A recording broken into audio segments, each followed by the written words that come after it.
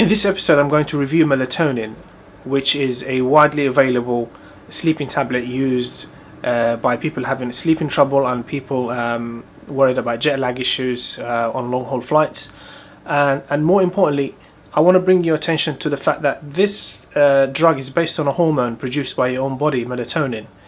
And I prepared a couple of videos to explain how this hormone works so that maybe you can start working on adjusting your own body and your own lifestyle to make your body produce this hormone naturally without having to rely on a tablet, and in so doing wave goodbye hopefully to any sleeping problems. Keep watching.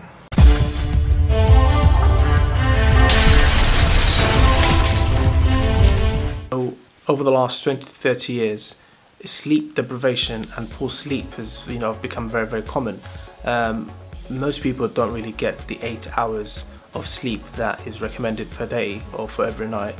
And the reasons for this, busy lifestyles, especially in the West, stress, and we just have a lot more things vying for our attention, from work, from our iPhones, from MacBooks, from YouTube and Netflix, and there's just so much to do in a day that we are kind of losing the time to get good quality sleep. If you have lack of sleep, there could be medical causes for that, things like depression, anxiety and other medical problems. So if you suspect that there's a medical reason for this, especially if you have kind of stress and low mood, and just see your GP first. Why are some people sleep deprived, or they're not sleeping well? So there's two different types of sleep problems. There are the people who are not getting enough sleep. They're sleeping for 3-4 hours a night and they're very tired in the morning. And there are the people who are in bed for 10 hours but they're not actually asleep. They just toss and turn. They get annoyed. They get sweaty. They're just frustrated that they're in bed. They're doing everything right but they're just not sleeping. What is a good night's sleep? Is it when you spend 8 hours in bed? Is it when you are asleep for 8 hours a day? Is it when you wake up refreshed in the morning? Is it when you don't toss and turn that much? Is it when you fall asleep as soon as your head hits the pillow? There's various definitions. Personally, other people might disagree. My measure of a good night's sleep is when I wake up the next morning and I leap out of bed, energized, refreshed. That's how I know I've had a good night's sleep. For you, it might be different. The 8 hours per day thing that we hear all the time. Some people might be in bed for 10 hours, but they're wide awake. They're tossing and turning. They're playing with their phone. They're not asleep. So it depends what your definition is. But personally, when I wake up in the morning and I'm refreshed, I know I've had a good night's sleep. So now let's look at what happens to your body when nighttime comes, just to show you the role that melatonin plays in kind of regulating your body clock. So it's nighttime now. It's coming up to midnight. It's my bedtime. That's why I've got my funky pajamas on.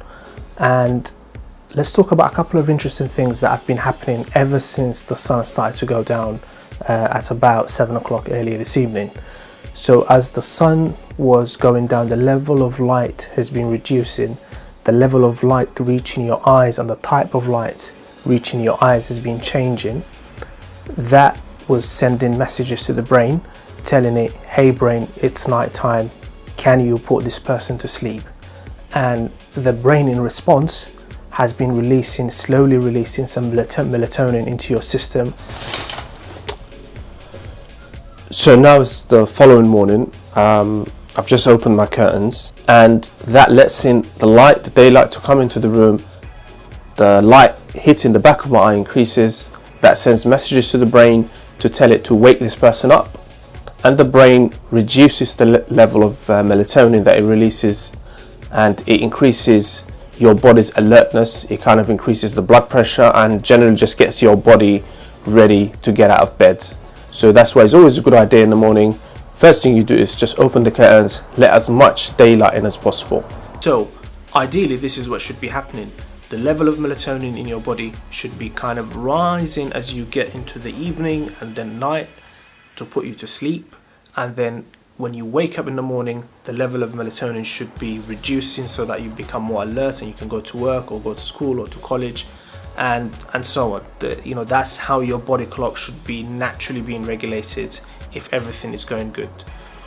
But we are kind of sabotaging ourselves by doing some terrible things in our daily life that disrupts this natural body clock cycle. Now let's look at some of the terrible things that we do that, to be honest, used to do myself, and I have managed to fix, that prevent us from getting a good quality sleep. So here's a common problem of people who spend time in beds staring at a very bright phone screen. That is sending messages to your brain telling it it's daytime. The brain then suppresses the release of melatonin, and your body clock just completely goes off track. So when you're in bed, do not look at a mobile phone screen, especially a very bright one like this. So that's another tip to try. So one of the first basic things to do to get ready for sleep is to make sure your room is dark. You don't have any light source from TV, from phones, from any other light source, because that helps your brain kick into sleep gear. So my first advice is, when you go into your room, the first thing you should do is hit that light switch. So here's another bad habit, which is people who spend lots of time in bed working on their laptop, checking emails, on their phone. Sometimes they even got a coffee, and they spend many hours working in bed. And surprise, surprise, when it comes to winding down and actually using the bed to sleep, they can't get any sleep. So my advice is, do all your work in the office, in the living room, only come to bed for sleeping.